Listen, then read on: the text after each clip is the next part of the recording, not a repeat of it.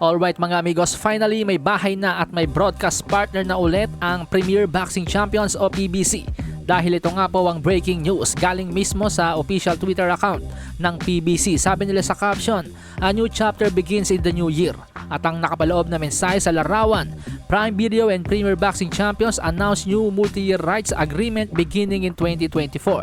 Prime Video is set to become the home of PBC's pay-per-view events, championship bouts, behind-the-scenes docu-series, and more. Hashtag PBC on Prime. So great news po yan mga amigos para sa ating mga boxing fans.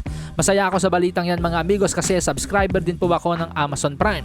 Yun nga lang hindi tayo 100% nakasisiguro. Although may Amazon Prime Video sa Pilipinas pero hindi po tayo sigurado kung ang mga PBC shows ba ay magiging available sa Pilipinas. May mga shows din kasi ang Amazon na hindi available sa atin tulad nung 000. Gustong gusto ko yung palabas na yan pero wala sa Pilipinas. Kaya naman sana yung PBC on Prime magkaroon sa Pilipinas. Pero anyway, bago magpaalam ang PBC sa Showtime, mag-iiwan ng PBC ng magagandang laban sa December 16, ang kanilang final boxing show sa Showtime na pagbibidahan ni WBA regular super middleweight champion David Morrell Jr. kontra sa knockout artist na si Sena Agbeco.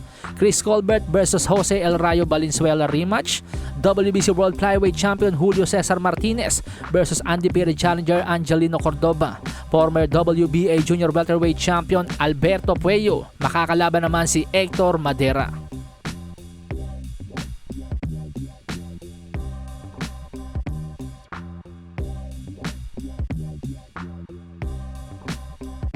Malasahin ang baraha, patunayan mo sa'kin ha. Sino man ang mabunot na kalaban, di ka tatakbo ha. Sa bayan ko sa bayan, papalag ako para